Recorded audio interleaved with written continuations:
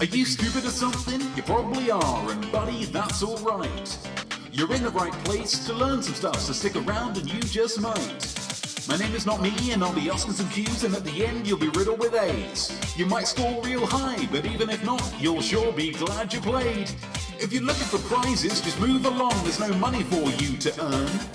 You win by trying and doing your best, your prize is the stuff you learn. If you want to be an artiste, you have to know all you can about the world of art. So engage with this quiz, and at the end you'll say, I am smart. I am not me. I am art. And I am audible to all, and I am welcoming you to I Am Smart, the Not Me quiz. Whew, excuse me, allow me to get myself. It's a little bit warm here. It's a little bit warm and things are happening, so let's just make sure everyone's okay. This is the quiz where people look to improve their art through learning and strive to earn the right to say, yeah, baby, I am smart. The format of the quiz is very simple, very straightforward. 3 rounds of questions for your brain, 3 musings for your imaginosphere, and a 2-point bonus round at the end, 20 points overall. There might be a slight shift to that this week, but we'll go through that in just a minute. What you're going to need for this quiz, something to write with, something to write on. Optional is a beverage, because whilst it's absolutely nothing to do with the actual quiz, we do like to kick things off with a toast. Allow me to open.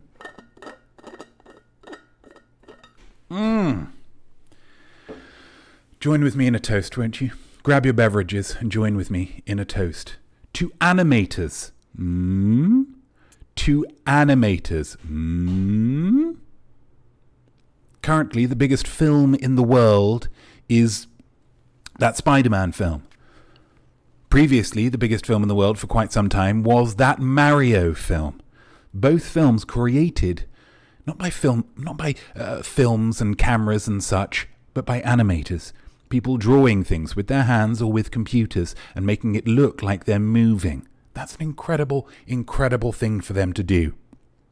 And also because we don't know what they look like and they work in dark, windowless rooms, people don't mind quite so much when you abuse their work schedules. You can make their work as long as you want. You shouldn't.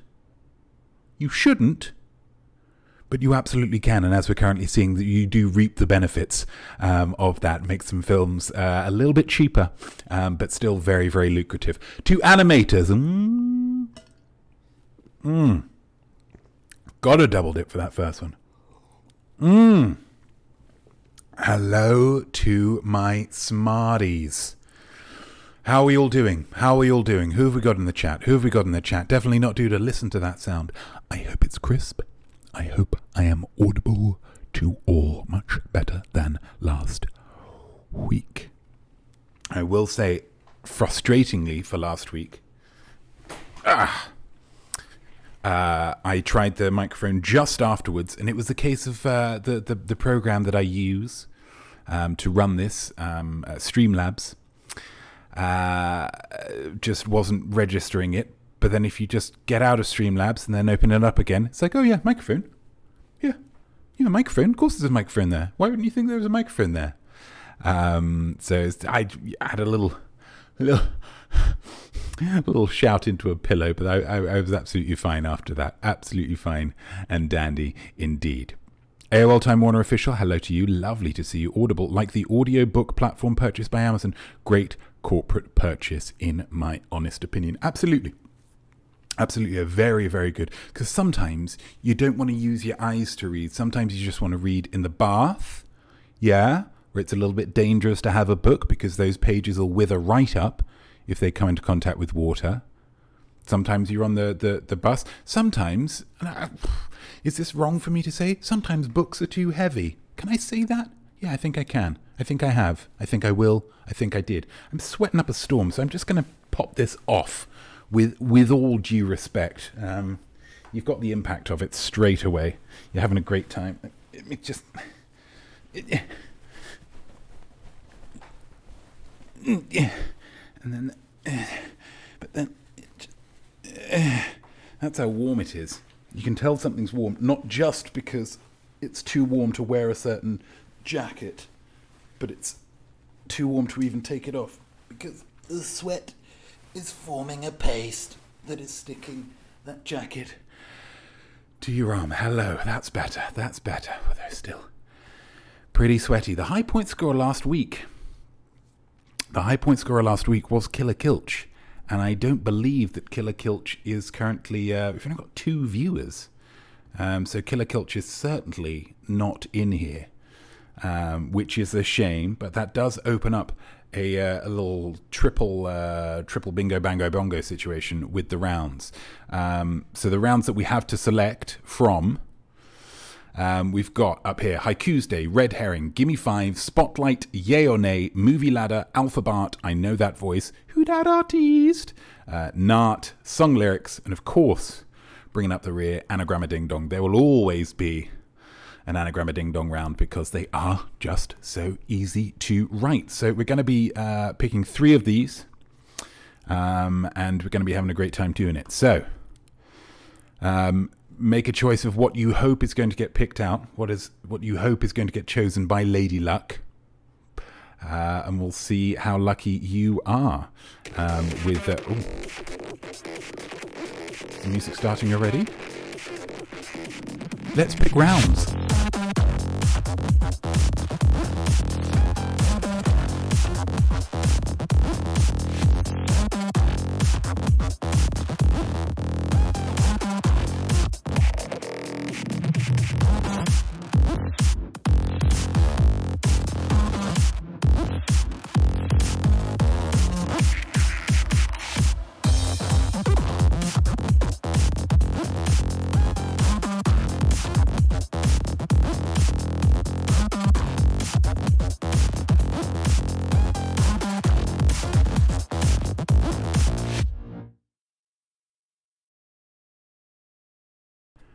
Here we go.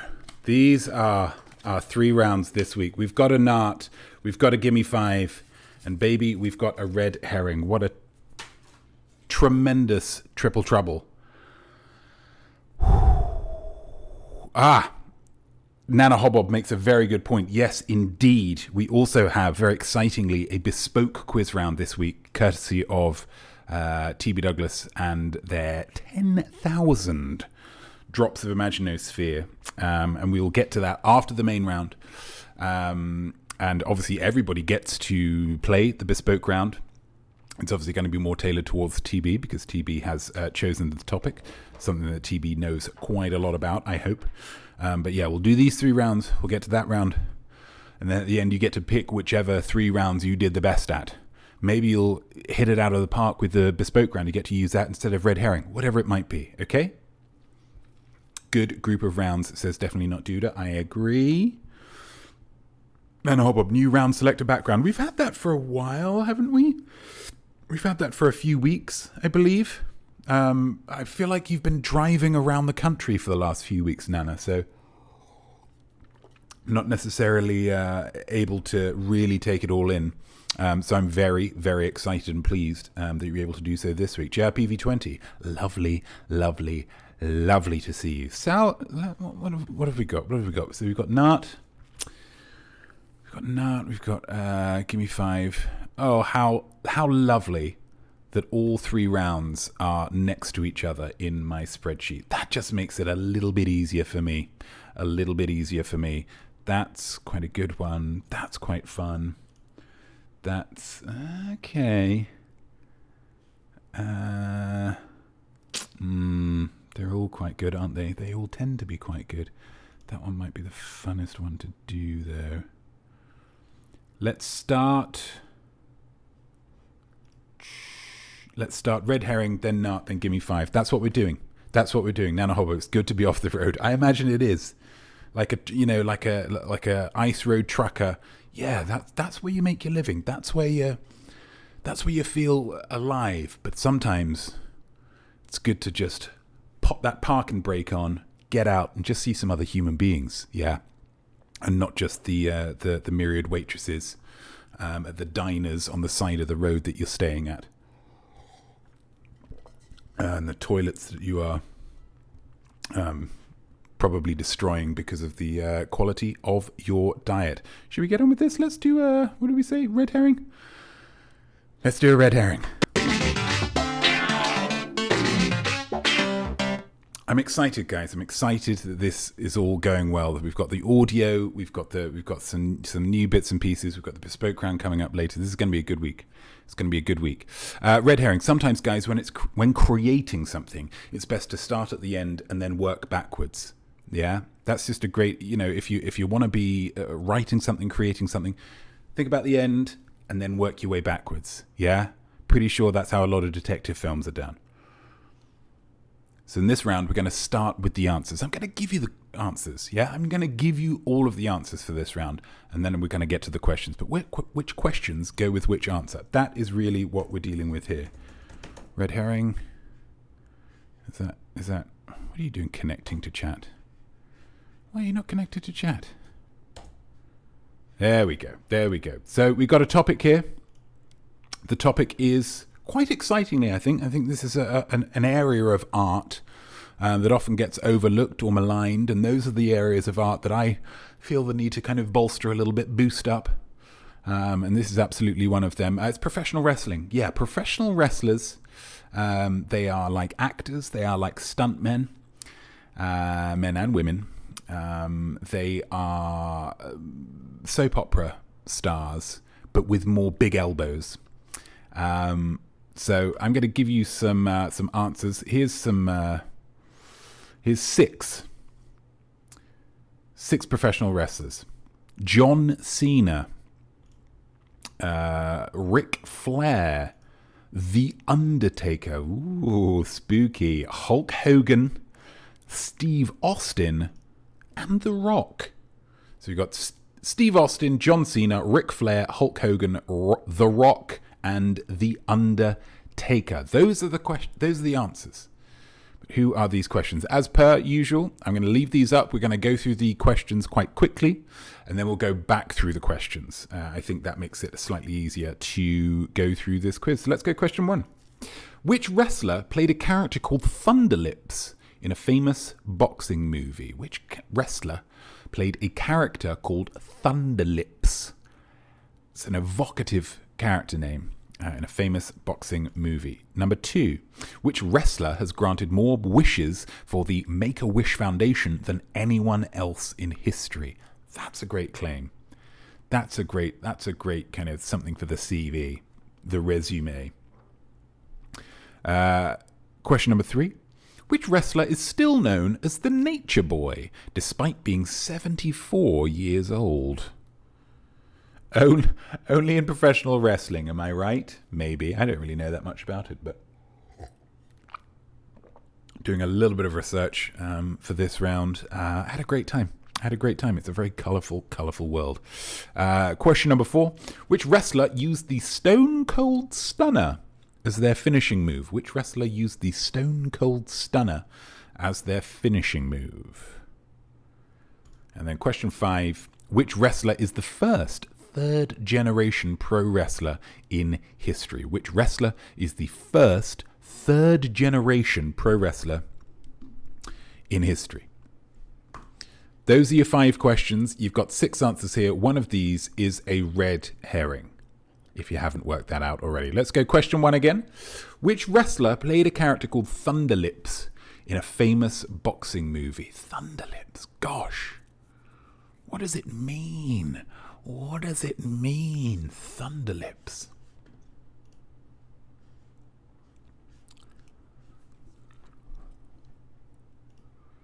I haven't even been kind enough to name that boxing movie, and there's plenty of them.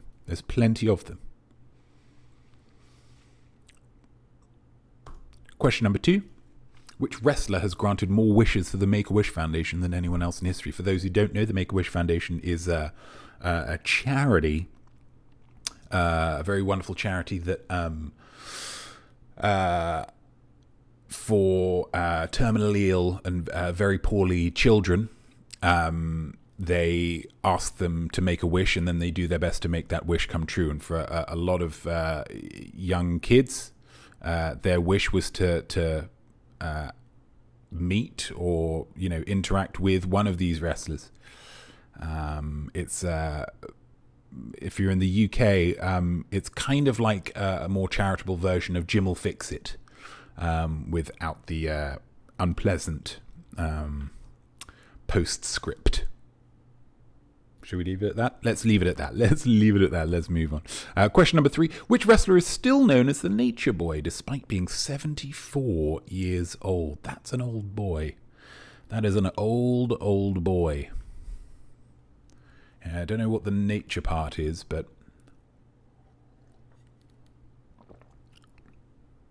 he's also a very good gardener.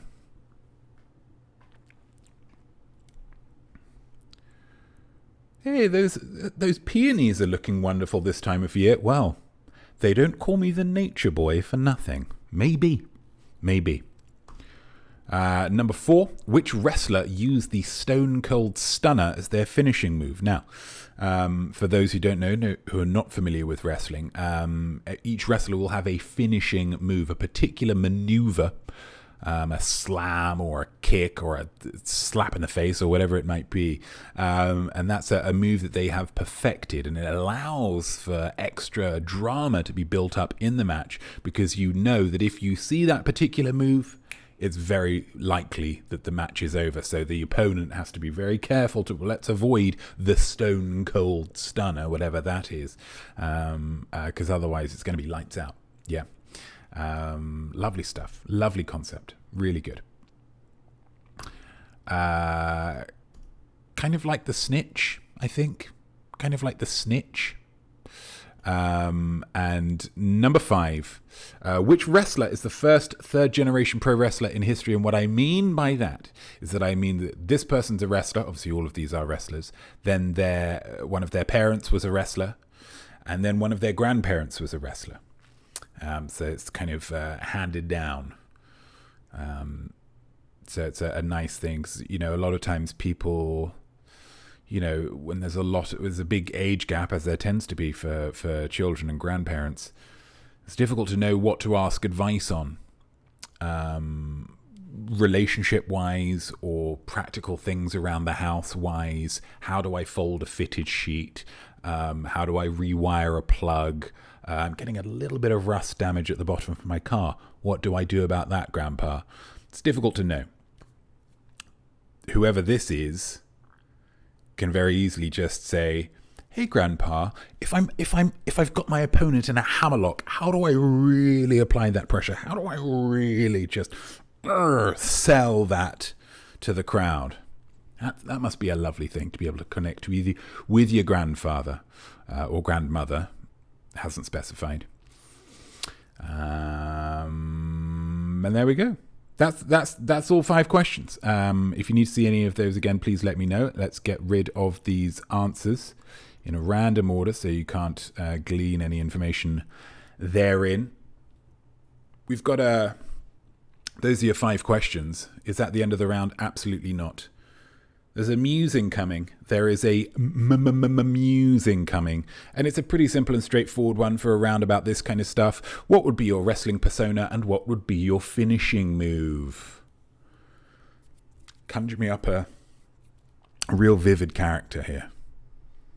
What would be your... And it's just a lot of time it's just a normal thing, just kind of dialed up. A little bit cartoonish, a little bit comic booky, a little bit exaggerated. Really get the crowd in there. AOL Time Warner official. Sorry, TB Douglas. I feel like this is a free bespoke round for me. Oh, a big wrestling fan. AOL Time Warner official. Fantastic. Was wrestling on Time Warner?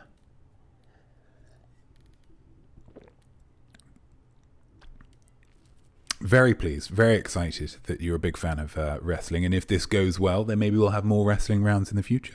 It's Maple Panda redeemed Finding Jesus. Excuse me.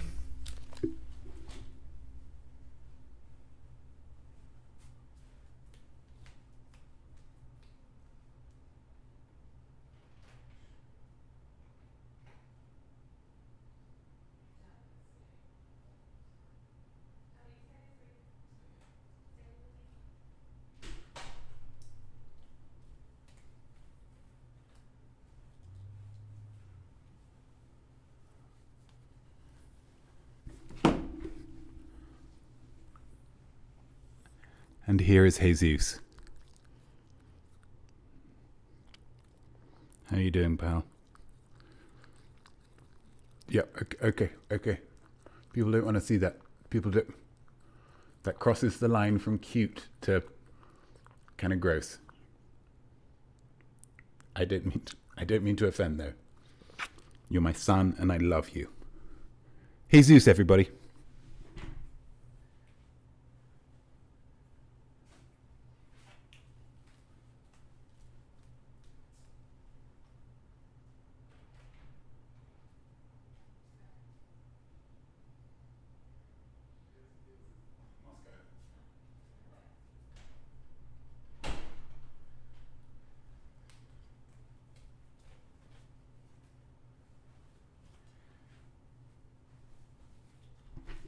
And that's the end of the first round.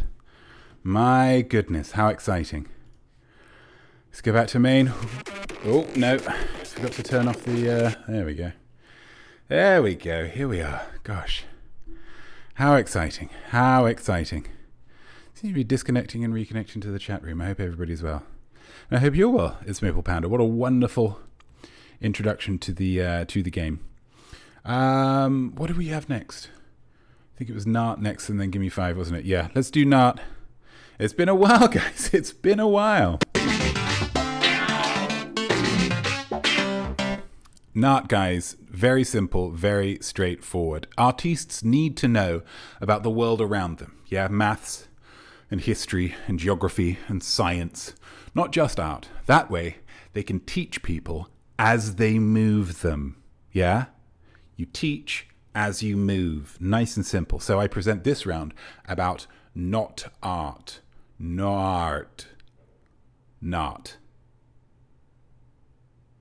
Not. Okay.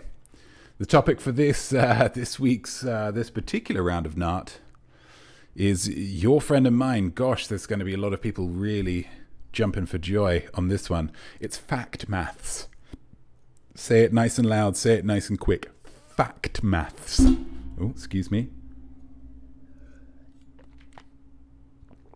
I'm going to be giving you some very simple mathematical equations.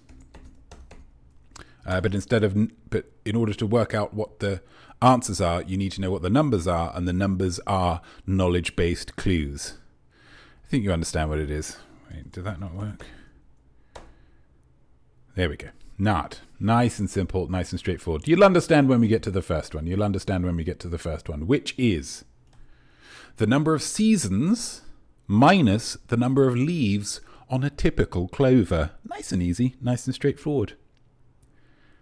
The number of seasons minus the number of leaves on a typical clover.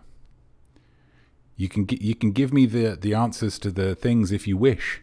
But I just need the answer, which means that if you guess a number and it happens to be right, you're getting the point, even though you might not have any idea how many seasons there are, or any idea how many leaves a typical clover has. Although, as this is the first one, and these are pretty straightforward, I think maybe you need to ask yourself some questions if you are unsure how many seasons there are. Just a thought. Question number 2. The number of wheels on a penny farthing, it's a type of bicycle, multiplied by the number of pairs of chromosomes most humans have. I'll read that again.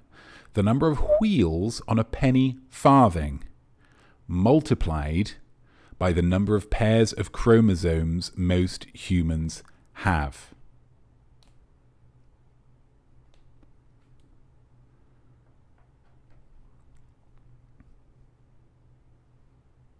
So it could be quite tricky.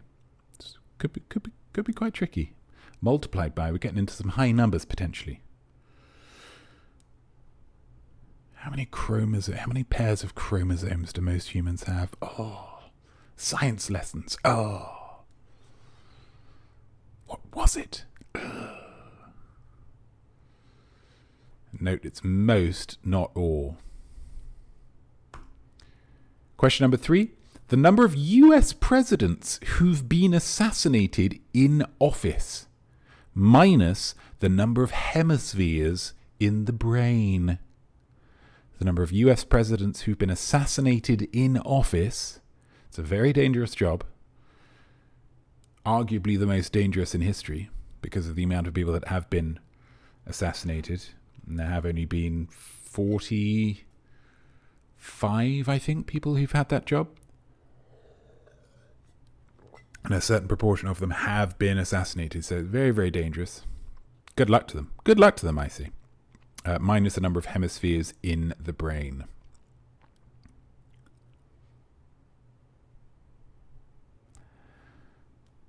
Gosh, I'm sure everyone's having a great time with this one.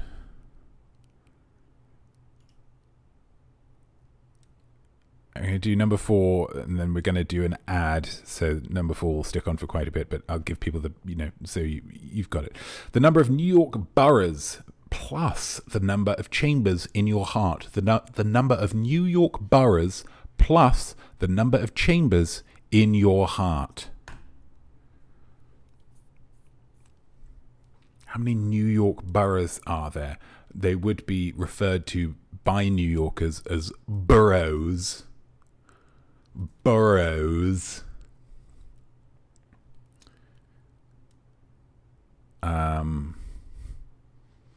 But to most other people, boroughs. New York boroughs plus the number of chambers in your heart.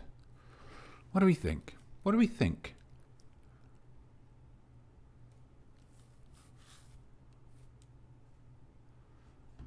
And then the 5th and final question. The number of Dalai Lamas currently alive multiplied by the number of countries in South America. Gosh, this could be tricky. Gosh, this could be tricky. The number of Dalai Lamas who are currently alive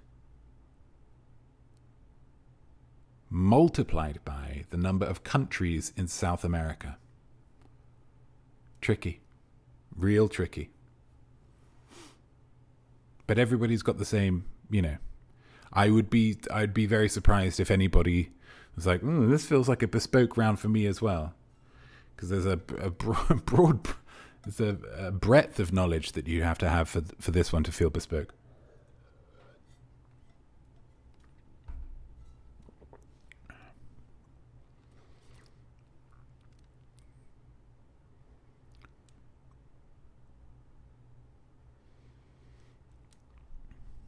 Take a guess if you're not sure. I imagine this one will be largely a guess, but you never know.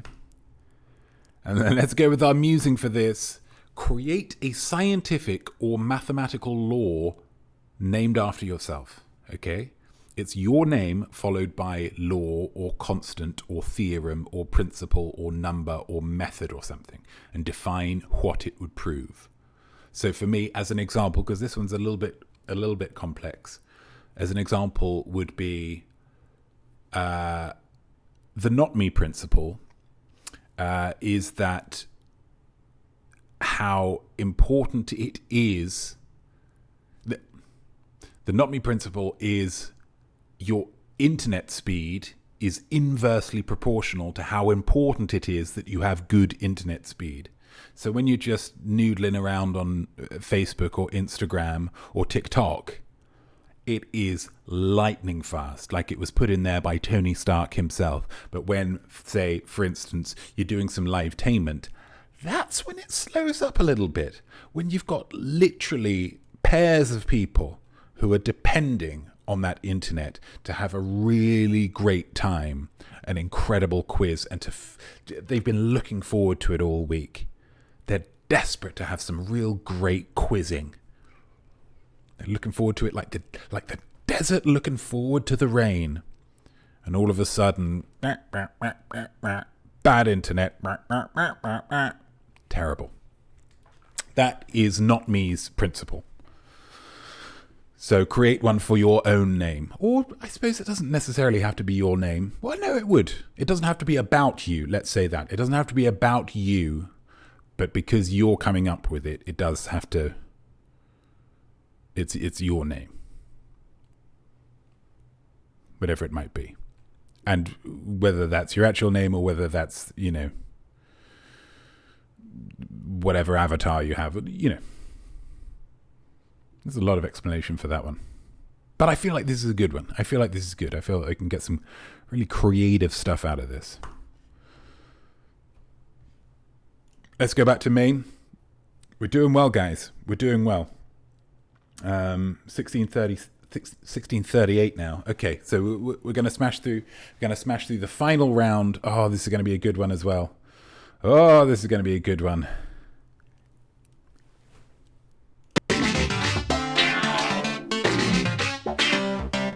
Give me 5, baby. Give me 5. Nice and simple, nice and straightforward.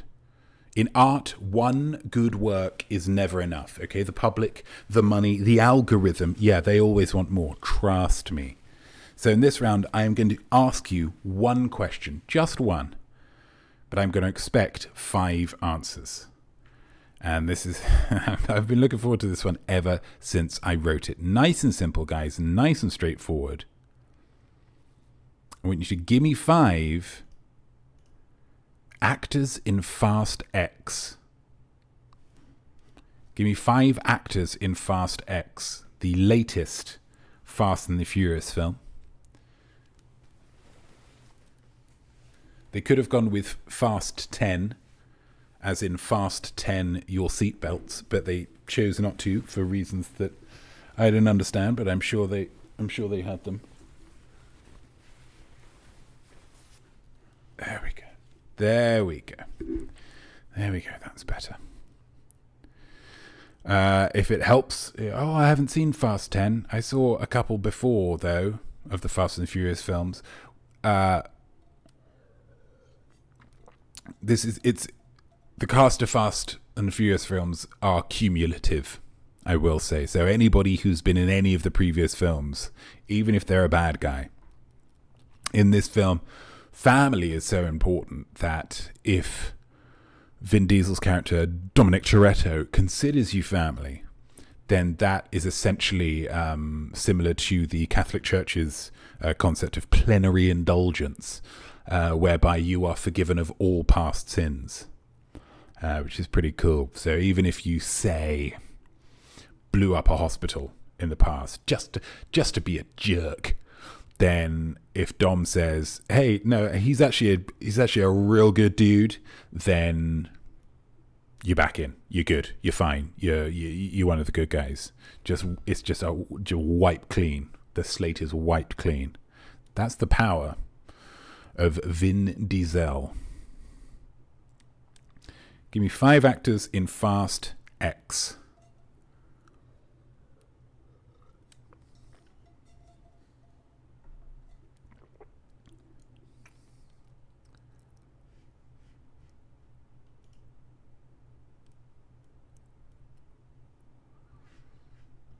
Give you another moment or two for that. You only need 5. Obviously, you can write more than 5 if you wish.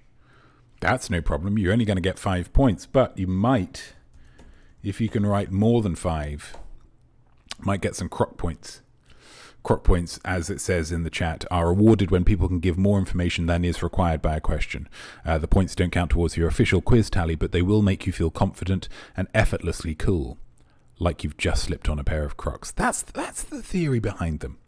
That's the theory behind them. And not our final musing. Our final main musing, I suppose, is pitch a car stunt for the next film in the Fast and the Furious franchise. So really just get thinking.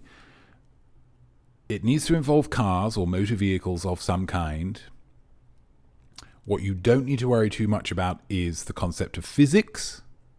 It's very much, a lot of these, I imagine, my guess is, a lot of the stunts are worked out with a couple of Matchbox cars and some guys sitting around in a garage saying, "Whoa, do you know what would be really cool?" That's basically the start of all of them. You know what would be really cool? That's pretty much all you need. And then the cars are doing something crazy. And that, in previous films, they've gone to space in just a regular, slightly adjusted car. So do not worry for 1 second about a lack of believability. Please don't. Please don't. Pitch a car stunt for the next film in the Fast and the Furious franchise. And we've got no idea what that will be called. Fast and the Furious, of course, is a unique film franchise in that no two films in the entire franchise have the same naming convention. It's quite brilliant. Quite brilliant. Well, maybe we'll go through them afterwards, but it's it's a really powerful statement that they're making of non-conformity, which I'm always a big fan of. So that's the end of the main rounds, but we have a brand new round, guys. We have a round that TB Douglas chose and paid for, and we're going to be playing it right now. How do you know that it's a really new round? How do you know how new, how just still in its amniotic sac this round is? It doesn't even have a proper transition. And it's still got Anagram Ding Dong as the top thing. That's how... Is it just going to be called Bespoke?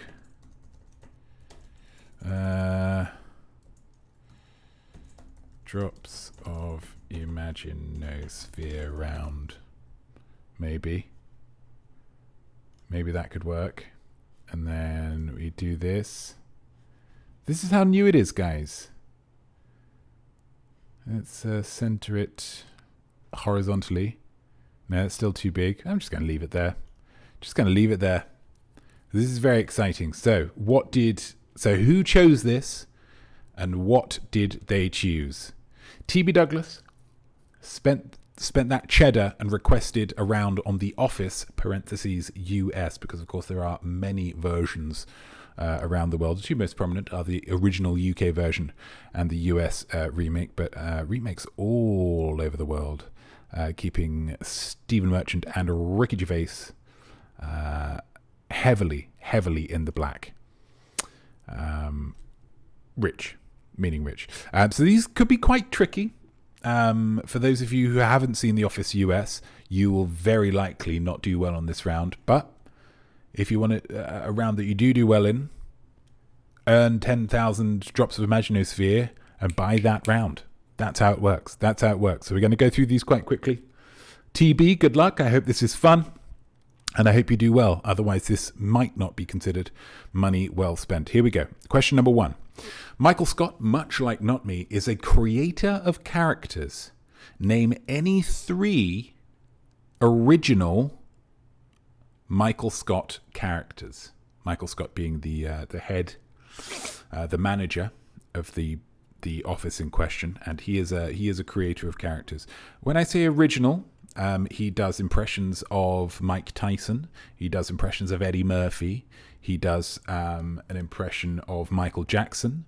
He does a kind of a mashup, an amalgamation of James Bond and Santa Claus called Santa Bond. We're not including that. These are original Michael Scott creations. He can take inspiration from others, but when it's just a one that also won't be in here, at one point they play a murder mystery game on the show, and he has the character of Caleb Crawdad, as that was assigned to him. That doesn't count here either. Question number 2. What is Jan's ex-husband's surname?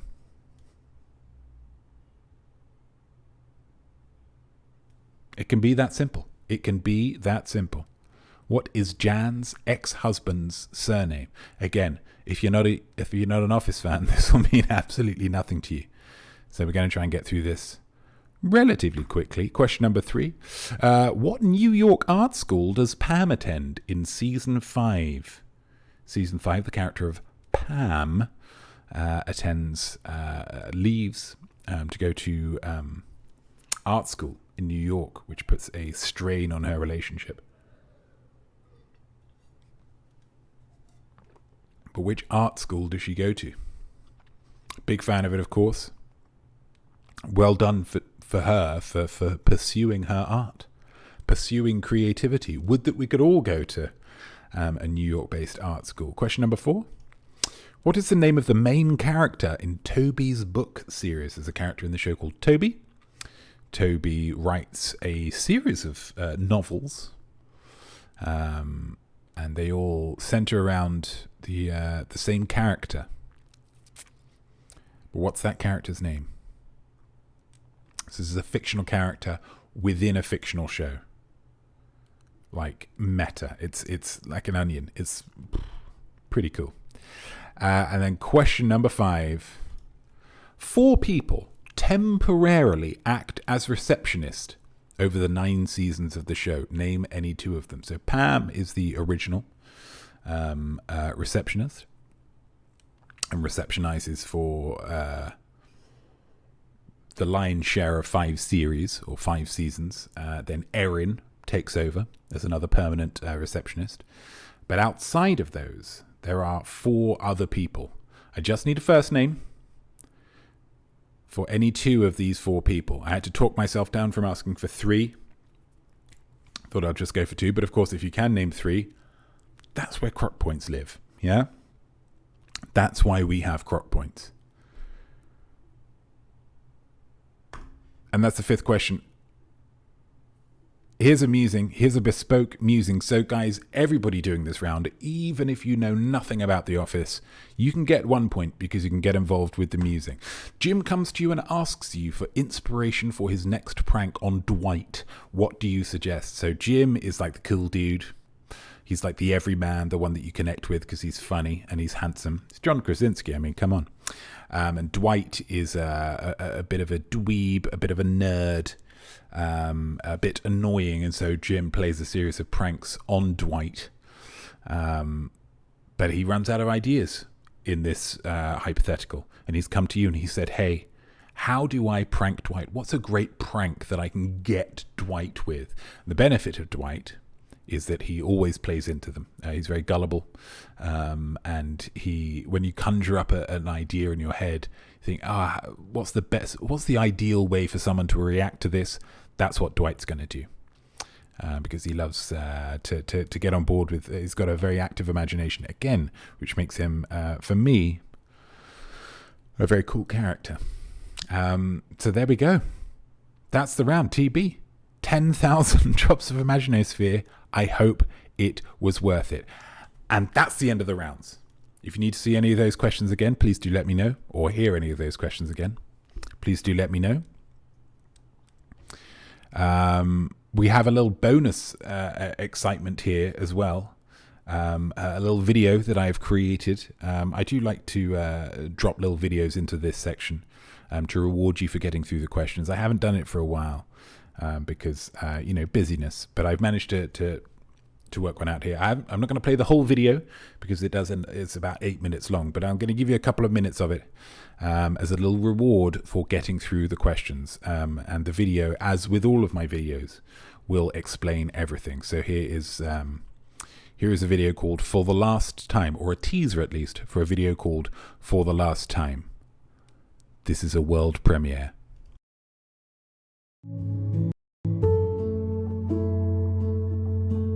Due to a very frustrating and costly administrative error, I have been paying rent for my new home and my old home simultaneously for the lion's share of a month. It's been terrible. But today, I am dropping my keys off and setting foot in my old home in Hell's Kitchen for the final time. On one level, I am filled with sadness to never again be living in the heart of one of the biggest and applest cities in the world. On another level, I'm reminded of just how loud and dirty it is compared to my new home in New Jersey. On another level still, I wonder what will have changed in the weeks since I left. Will the building even still be there? I hope so, otherwise this will have been a completely wasted journey.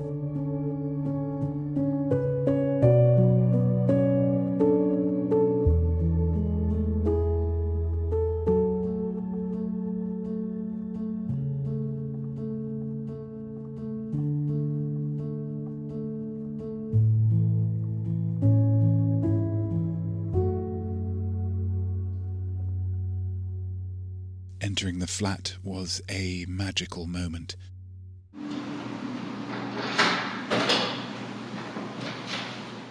It wasn't This moment, of course, this is a dramatization. I had to enter, turn the lights on, set the camera up, and leave again in order to get this shot, but I did it because the other footage was pretty close to my face and the audio wasn't great. Do you know what? Talking about it now, I'm just going to use the other shot. It's fine. You know, it feels more real. This is great acting, though. God, look at me go.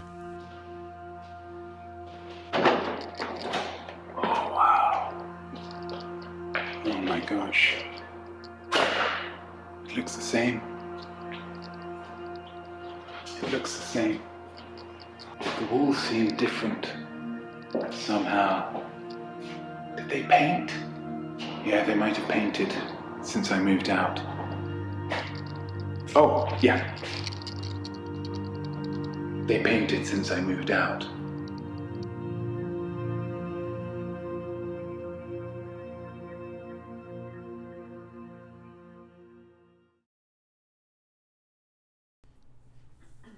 Pretty impressive, right?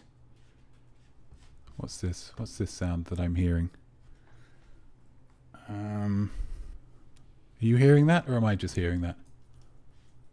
That's just me. Okay, that's fine. That's fine. Thank you. Thank you, whoever that was. There seems to be an issue with my chat, annoyingly, so apologies if I haven't responded to people's chat messages, because I haven't been able to see them at all. But I've worked out, I'm going to do a little retrospective here. A little retrospective.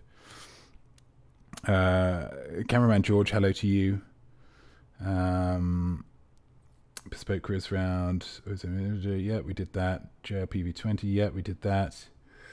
TB Luggers, I think I'm going to be grateful for the Bespoke Round this week. I hope you are. I hope it worked out pretty well. I imagine you'll comment on that later down the line. Maple Panda, sorry for the very late arrival. We will just be spectators. That's absolutely fine. Of course, you can join in as much or as little as you wish. That's no problem at all.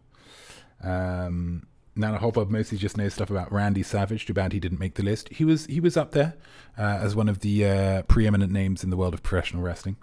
But not quite making the list. Everybody loves Jesus. I thought it was weird that nobody mentioned Jesus. I didn't see any of those things, and I thought, come on, this is a crowd pleaser here. Jesus is a crowd pleaser. SJBeck72, hello to you. M. Acton, hello to you. It's been a mad day. That's absolutely fine. Lovely to see you. Thank you very much for making the effort. What haven't they done at this point? It's a tricky musing. I assume that's about Jim and Dwight. It's got what haven't they done? Oh, that's probably about Fast and the Furious. Gosh, must be very satisfying for you all to just go back and listen to me do the things. Let's get on with some questions, guys. Should we get on with some answers? What was the first round of answers? It was, of course, red herring. Yes. So let's have this. No, we've already done that. Red herring. Here we are. So the musing, of course, for red herring. Was this the first one? Yes.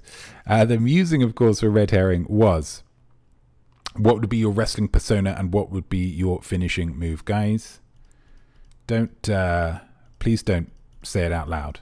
Because if you say it out loud, I'm just not going to be able to hear you, okay? You need to, of course, get it in the chat. Get it in the chat if you would be so kind as we go through some of these answers. Ping, ping. Well, here are the answers right here. Here are the answers right here. Question number 1. Which wrestler played a character called Thunderlips in a famous boxing movie? The famous boxing movie was, of course, the most famous boxing movie of all the famous boxing movies. It was Rocky. Rocky 3, most specifically, I think. I believe it was Rocky 3. But the answer for that is, of course, Hulk Hogan. Hulk Hogan. His real name is Terry. Well done if you got that one right. Question number 2. Which wrestler has granted more wishes to the Make-A-Wish Foundation than anyone else in history? Very, very impressive. And that is John Cena. His catchphrase of never give up, or his mantra of never give up, I believe has inspired a lot of young people going through a very difficult time. And what's incredible about this, he's granted more wishes to the Make-A-Wish Foundation than anyone else in history. It's more than double any other person.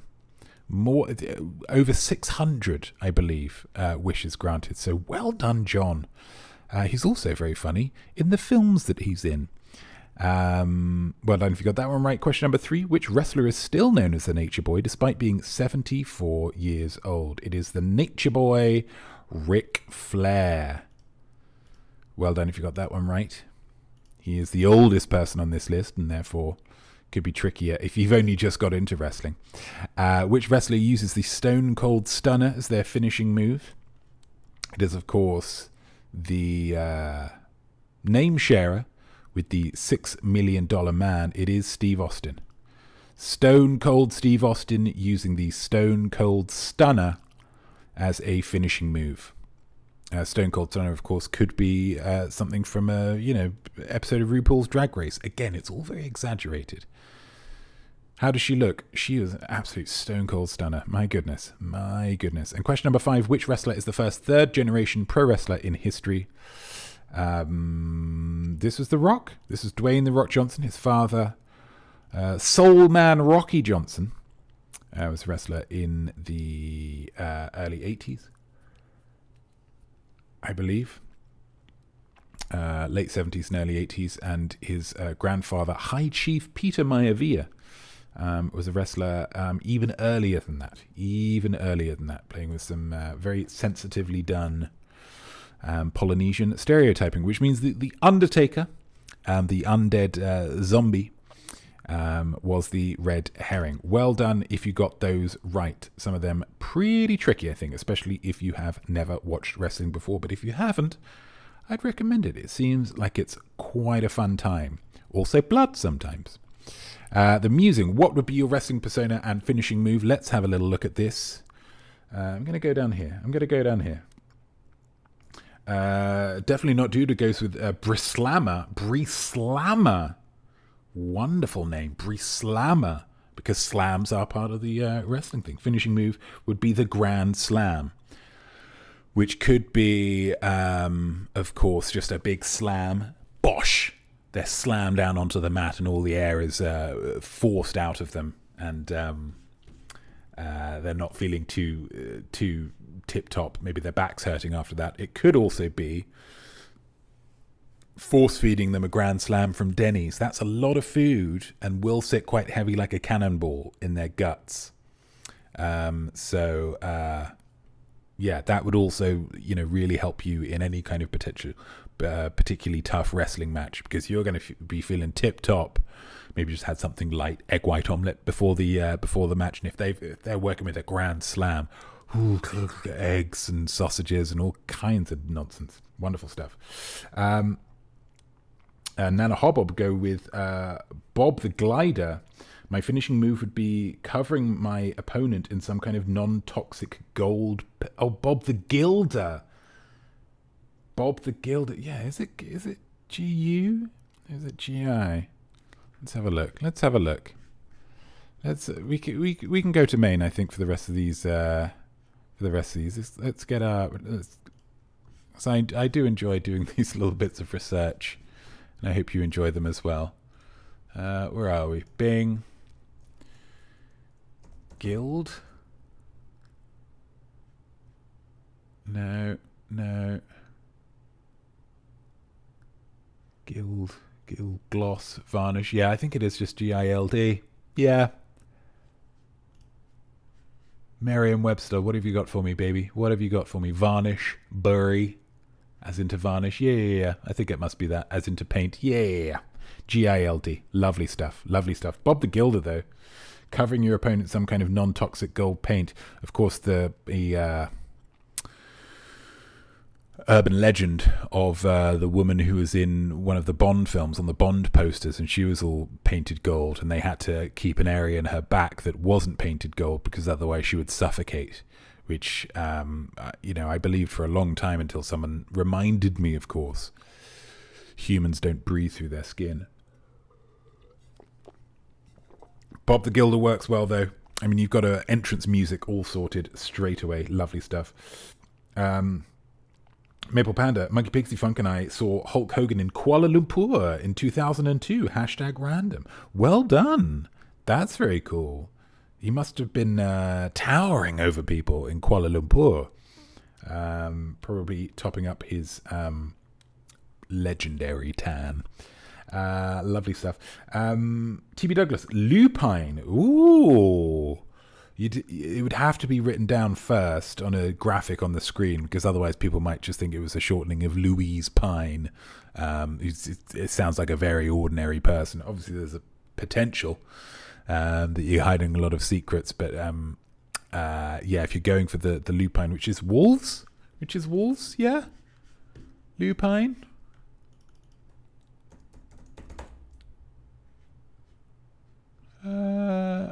Lupinus, lupine, relating to wolf or wolves, yeah.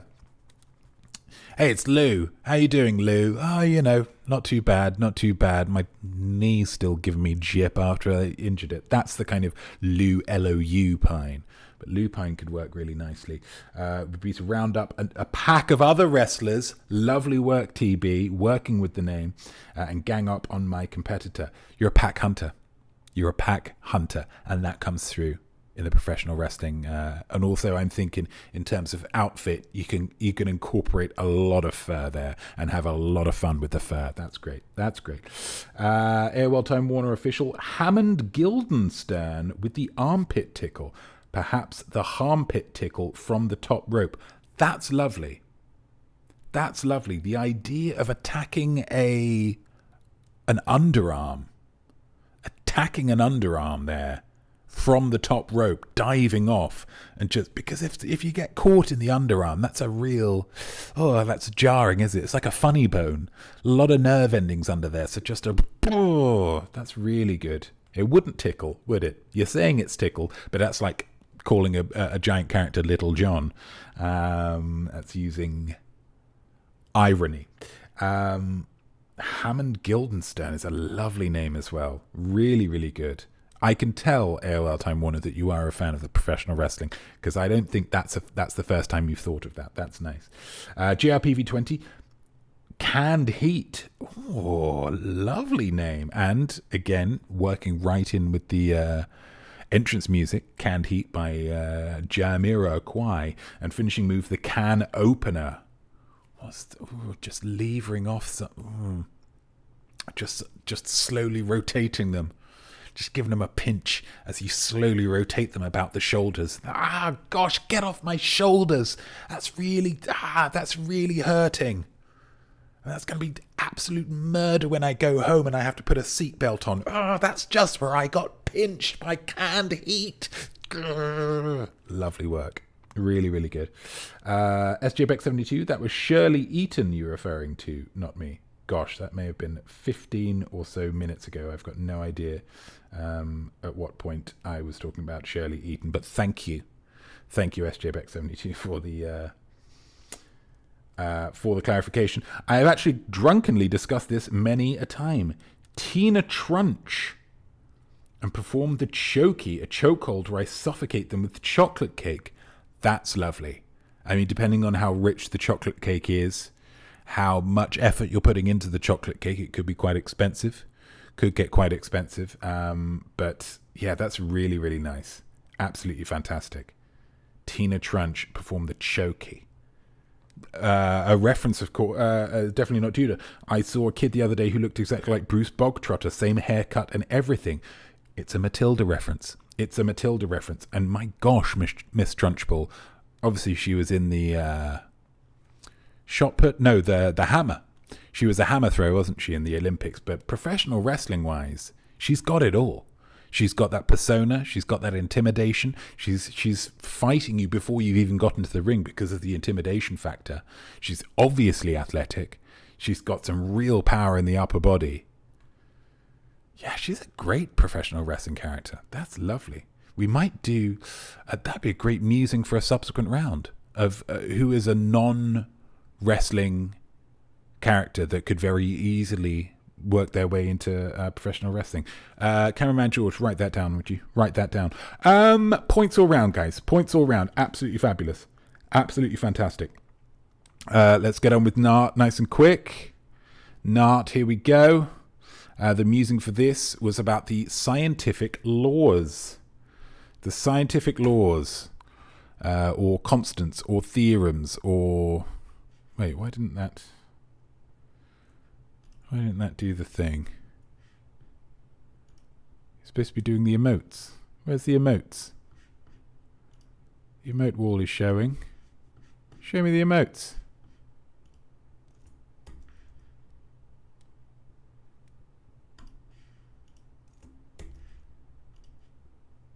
There we go. Gosh, blood from a flipping stone. Here we go.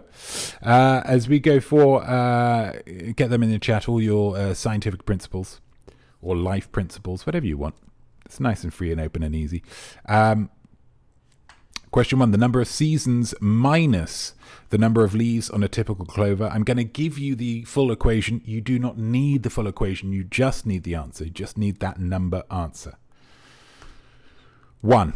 It's 4 minus 3. There's 4 seasons. There's 3 leaves on a typical clover. The answer is 1. Okay, so 1 gets you the point. 4 minus 3 gets you a little baby croc point for you there. A little baby croc point. Number 2, the number of wheels on a penny farthing multiplied by the number of pairs of chromosomes most humans have. I did actually give you a huge clue when I was reading out the question, because I had forgotten what the content of the question was, because I'd written it quite a while ago. I did say it was a type of bicycle. Bi meaning 2 means that obviously there's 2 wheels on a penny farthing. But how many numbers of chromosomes do most humans have? They have 23. So that's 2 times 23. 46 gets you the point. That one was tricky. So well done if you got that one right. Well done if you got that one right. Oh, no, that's the wrong thing to do. The number of US presidents who've been assassinated in office minus the number of hemispheres in the brain. As I say, it's a very dangerous job being president, because 4 of them have been assassinated in office, minus the 2 hemispheres of the brain. Hemi being either Greek or Latin for 2, or half, whatever. 4 minus 2. 2 is what we're after. So if you've written down 2 for all of these answers, this is the one that you got right. So well done. Number 4, the number of New York boroughs plus the number of chambers in your heart. The answer is 9. We've got 5 New York boroughs: Manhattan, Staten Island, Brooklyn, Queens, and the Bronx. And the 4 chambers of your heart: 2 ventricles and 2 atria. What is it? Greater and lesser? What is it? Upper and lower, I think. Chambers of the heart. Oh, right and left. There we go. Not upper and lower. Right and left, atrium and ventricle. Well done if you got that one right. And this one was tricky as well. The number of Dalai Lamas currently alive. That's maybe a little bit of a cheeky one, because when a Dalai Lama dies, then the next Dalai Lama takes over. So there's always only one alive, multiplied by the number of countries in South America. So this ultimately boils down to how many countries are there in South America? And the answer is 12. There are 12 countries in South America. So very, very, very well done if you got that one right, because that was very tricky. Maybe too tricky, but I like to throw some tricky ones in there for you. I like to test you. I like to push you. So let's get back to that musing. Create a scientific or mathematical law named after yourself. It's your name followed by law or constant or theorem or principle or number or method or something, and define what it would prove. Let's have a look. Nana's law. Love it already. Nana's law states that the farther away you are from a decent restroom, the greater you have need of one. Absolutely. And for non-Americans, restroom is not somewhere where you have a rest. It's somewhere where you do deposit excreta. It's a toilet, essentially. And so, yeah, absolutely. Absolutely. It's that very strange... Sometimes the inverse of it is true, though. Nana's law can sometimes be subsumed when you do need to go and you're maybe walking up the road that you live on, and your bladder or your bowel, they know that you're close. They know that they're soon going to be very happily and freely letting loose. And so then the need just increases with every single step. And you think, yeah, okay, we're almost there, guys. Just give me a frickin' break, okay? You've told me you need to get to a restroom. I am getting you to a restroom, so just chill out for another 2 seconds. Obviously, we're going to get there. Obviously, it's all fine, but don't make me feel like I'm going to wet myself putting the key in the door. I don't need that.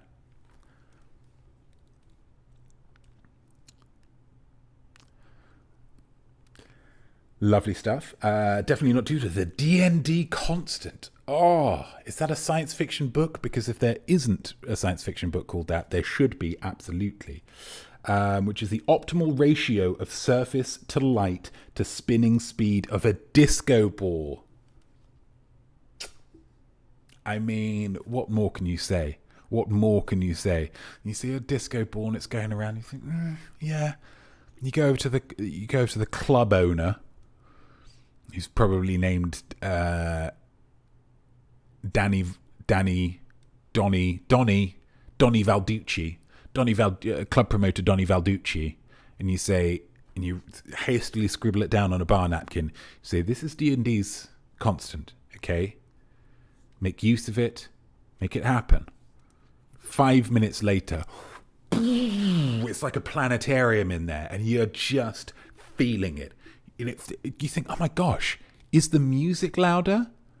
Are they pumping literal gaseous joy into this? No. That is just the effect of the D&D constant. That is just the effect of the D&D constant. You get that light just right, and it's a buff for everything else in the room. Outstanding work.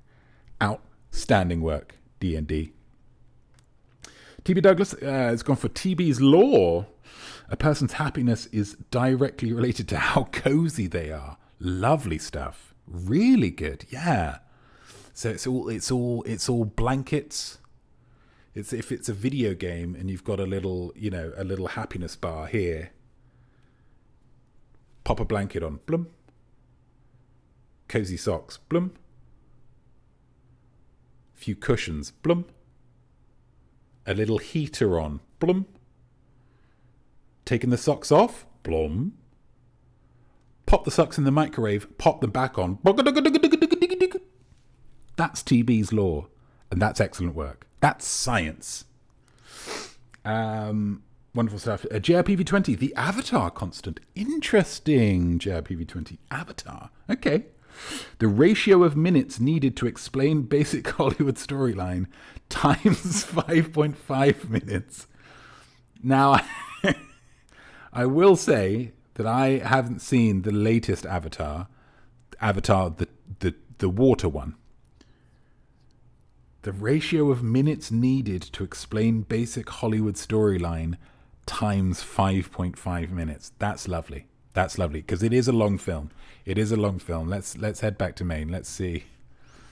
We're still on the heart chambers here. Avatar, the Way of Water. That's what it's called. Avatar, the Way of Water. How long is this? 2022. IMDb. What have you got for me? IMDb? 3 hours 12. 3 hours 12. And do you know why it's 3 hours 12? Because of the Avatar constant. Thank you, JRPV20. That's lovely. It's streaming at the moment as well. It's just come onto streaming, I believe. HBO Max with Prime Video channel. So you can watch it on HBO Max, or just Max, as it's called now. Which is great, because you can watch it for as long as you want. Pause, come back to it later, after you've popped your microwaved socks on. Hence TB's law. Lovely. AOL Time for Warner Official. The AOL principle. Here we go. Knowledge of one subject, for example professional wrestling, does not guarantee safety from media conglomeration that will usher your original brand into obscurity. That's a shame. That's a shame, AOL Time Warner Official. What I would say is maybe the lesson to be learned there is not trying to be everything to every person, you know? If you know wrestling, stick with wrestling. Do you know what I mean? At least at the start. That's what I do. I know art and entertainment. So all I'm trying to do here is a very narrow thing. Is just try and entertain and educate and inspire everyone. That's all I'm trying to do. So it's quite small. And then, as you become more, as that success, I mean, just do some professional wrestling if you want. That's fine. I mean, I think the world is ready for Hammond Guildenstern. That's what I think. I think the world is ready for Hammond Guildenstern. Give the people what they want. That's all I'm saying. Points all round, guys. That was so much fun. I was umming and ahhing about that one. Is it going to work? Is it not going to work? Let's have a look. But my God, it worked. My God. Give me 5. We're going through them, and then we still got the other one as well. The bespoke round. Where's Give Me 5? There it is. The musing was picture cast stunt for the next film in the Fast and Furious franchise. And get it in the chat, guys. Get it in the chat. AOL Time Warner Official, thank you for your support. I'd support you to the ends of the earth. AOL Time Warner Official. You choose to spend part of your Sunday with me. I can ask no more of you than that. You're a wonderful person, and I appreciate you. The question was, give me 5 actors in Fast X. And the answers were, and obviously there's lots of other people who are in it. We can go to IMDb if you want. But in terms of the main ones that people might have chosen, there's a lot. Brie Larson, Rita Moreno, Jason Statham, Jason Momoa, Charlize Theron, Dwayne Johnson, Vin Diesel, Michelle Rodriguez, Tyrese Gibson, Chris Ludacris Bridges, John Cena again, our boy John Cena, fresh off doing some Make-A-Wishes, Natalie Emmanuel, Jordana Brewster, Sung Kang, Scott Eastwood, Daniela Melchior, Alan Richardson, Helen Mirren. Gosh, there's a lot of people in this film. So any 5 of these wonderful actors will get you 5 points. 3 of these will get you 3 points. 2 will get you 2, etc., etc., etc.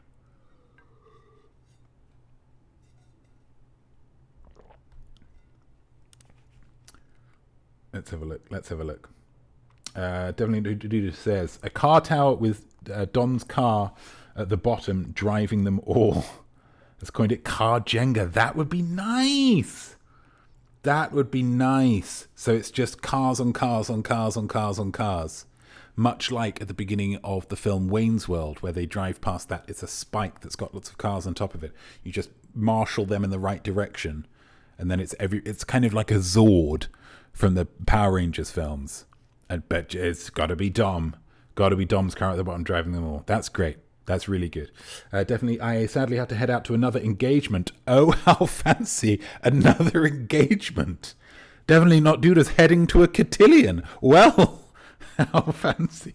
That album will share my office musing and has my points. Definitely not Duda. A pleasure as always. Enjoy your next engagement. I hope it is 75% as enjoyable as this, just being realistic. But thank you so much for spending part of your Sunday with me as ever. And I hope to see you, not next week actually, we'll talk about that. We are smart, we are. Nana Hobbob, Tej/Ramsey, create a car stereo so loud it levels whole city blocks as they drive through town, and it somehow works in the vacuum of space too, because why wouldn't it? Why wouldn't it?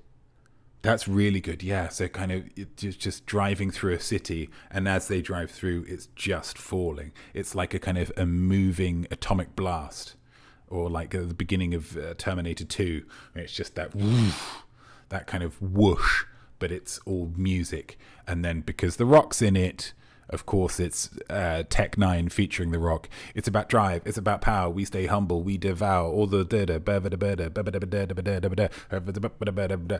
just because it's all about the synergy, and everyone's drinking his tequila, and it's good. It's good. It's nice. It's nice, Nana, and it's not outside the realms of possibility that they would use something like that. Well done. TB set in Egypt. Love the geographical specificity for this. The cars race through underground tombs, and later for the finale, they race up the sides of the pyramids. Inexplicably, they survive. I don't know any characters, sorry. Don't apologise, God, TB, don't apologise. Do not apologise. But that's lovely. Racing through the tombs, they race up the sides of the pyramids. Again, I'm racking my brains to think, have they done that in one of the films already? If not, you know they're considering it. You know they're considering it. 2 and pyramids next to... It would work. It would work. Excellent stuff. AOL Time Warner official Jason Statham's car doesn't use NOS, but rather a pressurized gaseous form of Earl Grey tea. Wonderful. Because he's English, you see. He's English. It's got to be Earl Grey tea. Boosting it to jump over Buckingham Palace. Again, we're sticking with the Britishness. And possibly back in time, like Back to the Future.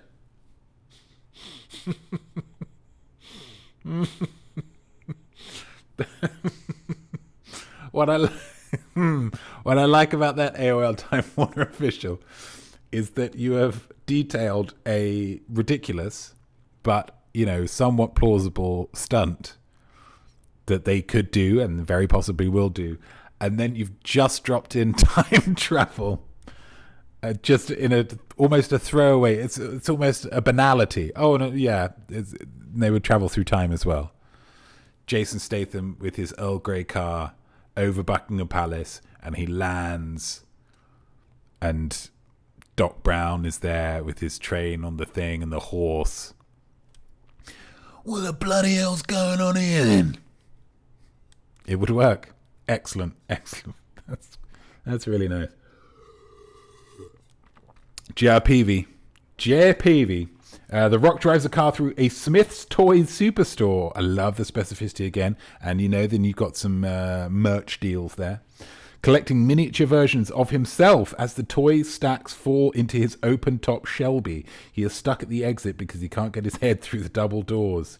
Wowzers. Okay, yeah, so we're breaking metafictional rules here a little bit, which, again, I wouldn't put it past them. So he's picking up The Rock from wrestling, The Rock from Fast and Furious, The Rock from Jumanji, The Rock from... I don't know what other one. Moana. Yeah, all of the different rocks. But he can't get his head through the double doors. Is that if that's a dig at his ego, I'll accept it, JRPV20, on the grounds of parody and satire. Lovely stuff. SJ Beck 72. There are 3 minis with Union Jack graphics on the roofs driven at speed. Sorry, I've been told that the scenario's already been done.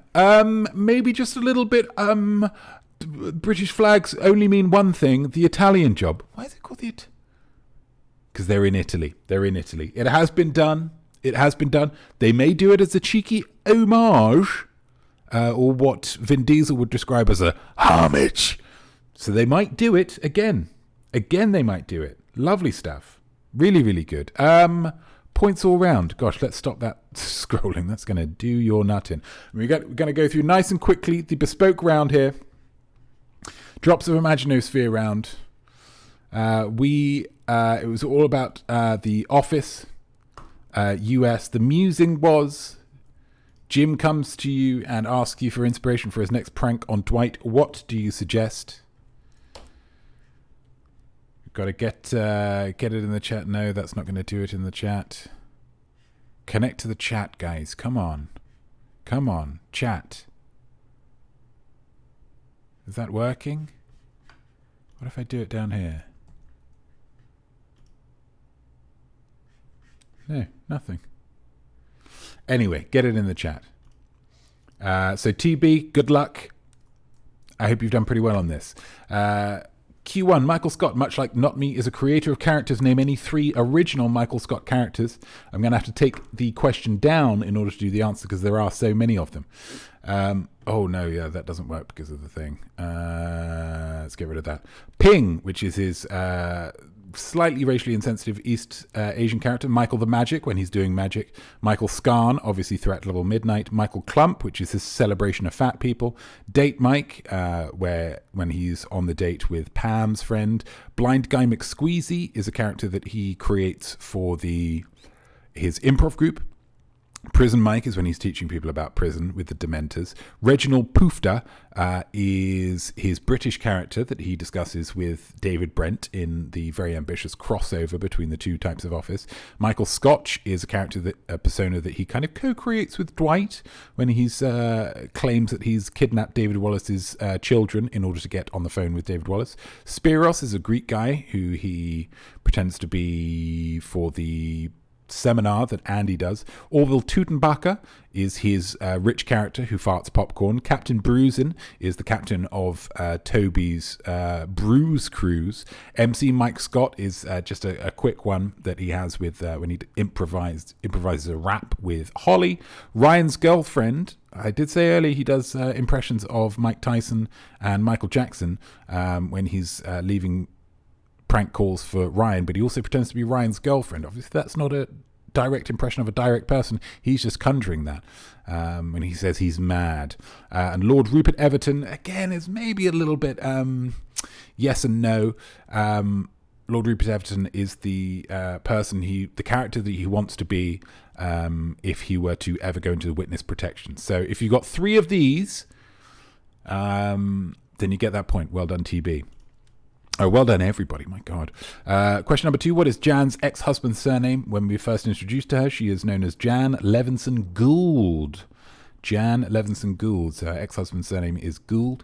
Number 3. What New York art school did Pam attend in season 5? That is, of course, the Pratt Institute, which means something different in the UK. If you go to a Pratt Institute, you're not going to be doing very well in life because you're a bit of a Pratt. Question number 4. What is the name of the main character in Toby's book series? It is, of course, Chad Flenderman. The Chad Flenderman novels. He's just an easygoing black guy who is the world's leading Egyptologist. Number 5. 4 people temporarily act as receptionists over the 9 seasons of the show outside of Pam and Erin. Name any 2 of them. Ryan, when Pam goes on holiday, and then Ronnie, when she goes to the Pratt Institute. Then he gets rid of Ronnie and gets Ryan back. Kevin does it when Joe requests that he be on reception, and then Andy does it when Andy's the manager, when Erin is down in Florida. So well done if you got those ones right. I hope it was definitely worth it for you, TB. So Jim comes to you and asks you for inspiration for his next prank on Dwight. What do you suggest? Nana Hobbob says, from Definitely Not Duda, Jim convinces Dwight that he is a ghost and has been dead for a year. I would absolutely believe that would work. That's lovely stuff. How could you do that? And it's say, oh yeah. Would Jim have to convince him that he was dead as well? There'd be some kind of... Yeah, I mean, that's absolutely within the realms of the show. Could absolutely do that. If you can convince him that he's a vampire, then you can convince Dwight that yeah, that's really good. Well done. Definitely Not Duda at the cotillion. I hope your debut in society is a positive one. AOL Time Warner official, Jim signs Dwight up for several timeshare information mailers. Not very elaborate. Oh, that just shut down. That just shut down indeed. Let's get this one back up. Let's get rid of that. Let's get rid of that.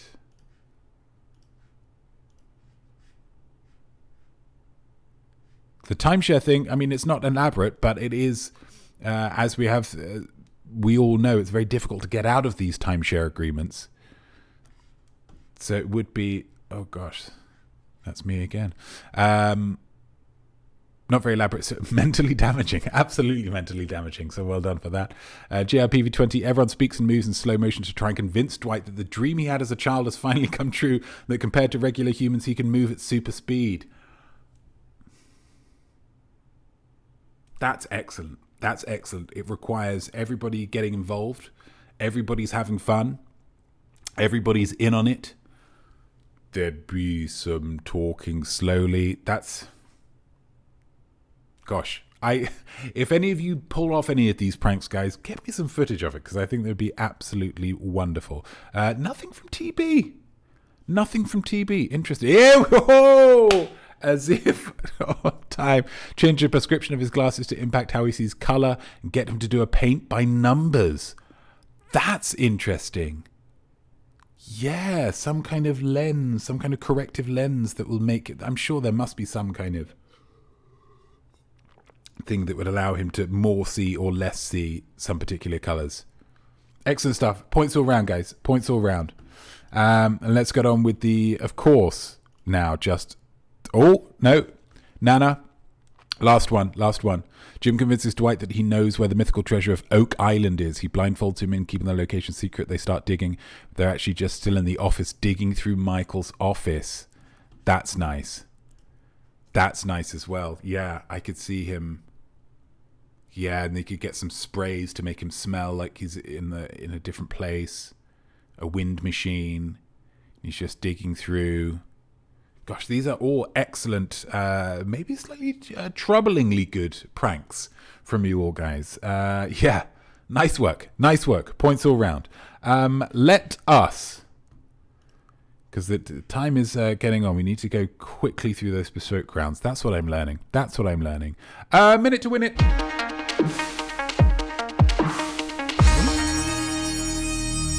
It is the most exciting minute in quiz show history. So this is a live feed of just down there in front of my desk. Is that not working again? Oh God! Someone can feel free to.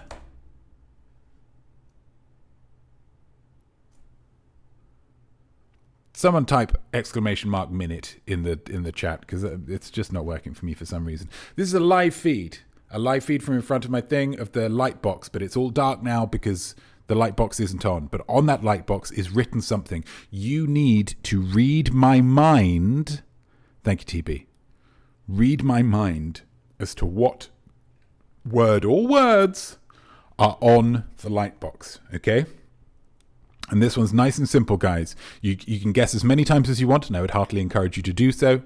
Just make sure that each guess is in its own chat message. The topic is, it's a simple one this week, guys, so I want a lot of guesses. I'm really banking on a lot of guesses here. Very simply, Samuel L. Jackson movies. In the words of T.B. Douglas...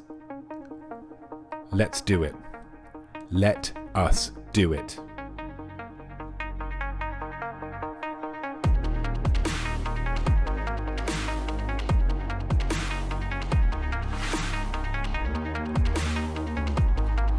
Pulp Fiction, absolutely. Deep Blue Sea, love it. He has been in approximately 7,000 movies. So there's lots to choose from, guys.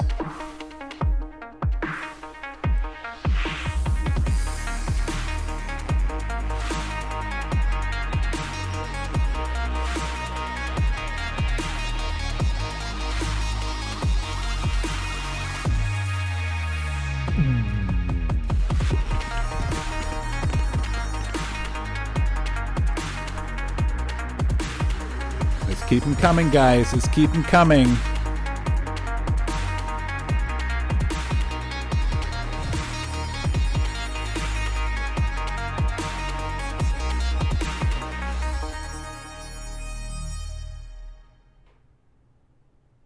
I'm going to allow the last few to keep on coming in because I feel like the chat has been kind of weird. According to IMDb, he's got 208 credits, which might be too many. For something like this, it might make it too tricky. We'll see. Any other guesses from anybody else?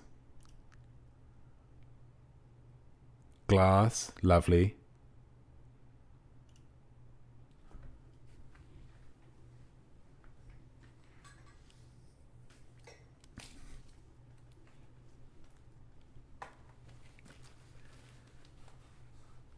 feel like I've maybe gone too deep with this, because I will say that nobody has got it.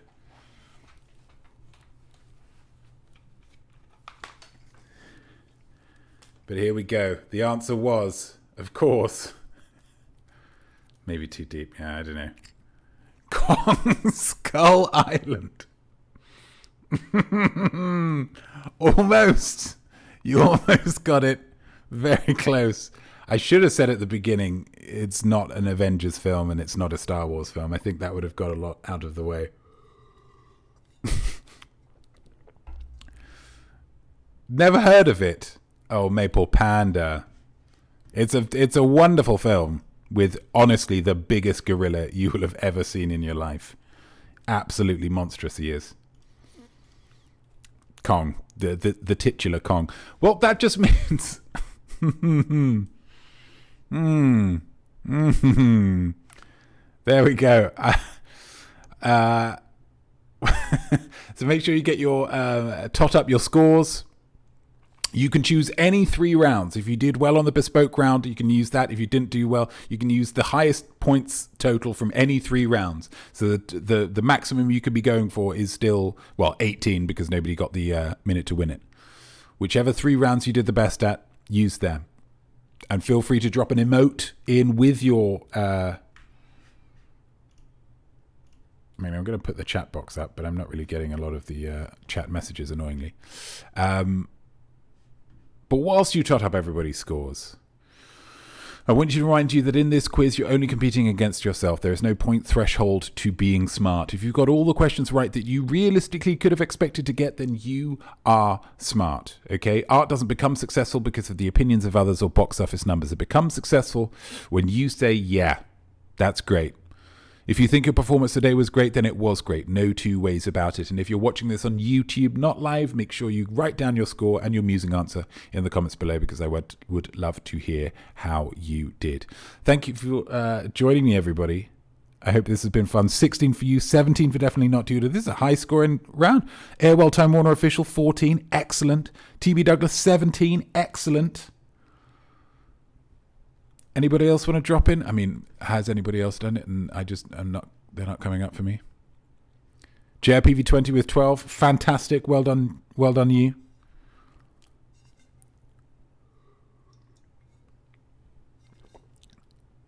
I was just spectating today.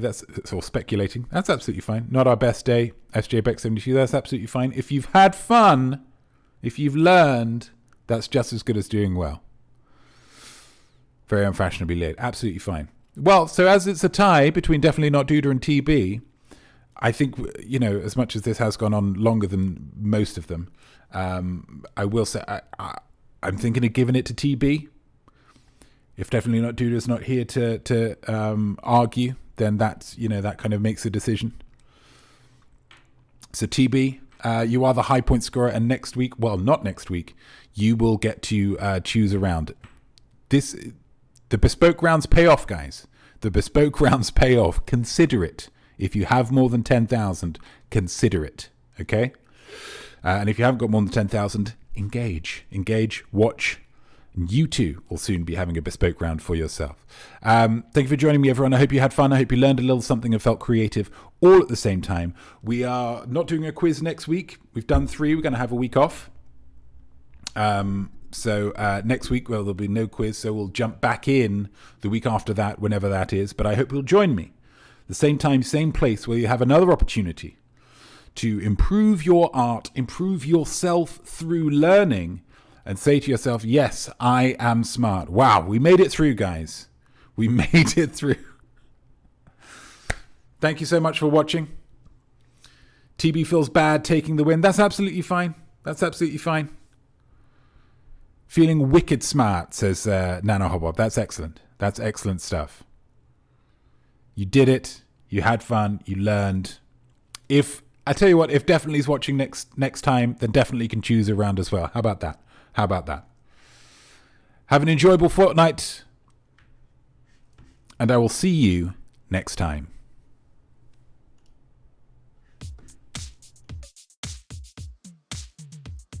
So there we go, and well done you, whatever your score might be. I definitely think that you are smart, though Rob's not as smart as me. Your art will be better, trust me on this, should be nothing short of sublime. That's why you learn, and don't stop now, I'll see you right here next time. I am smart,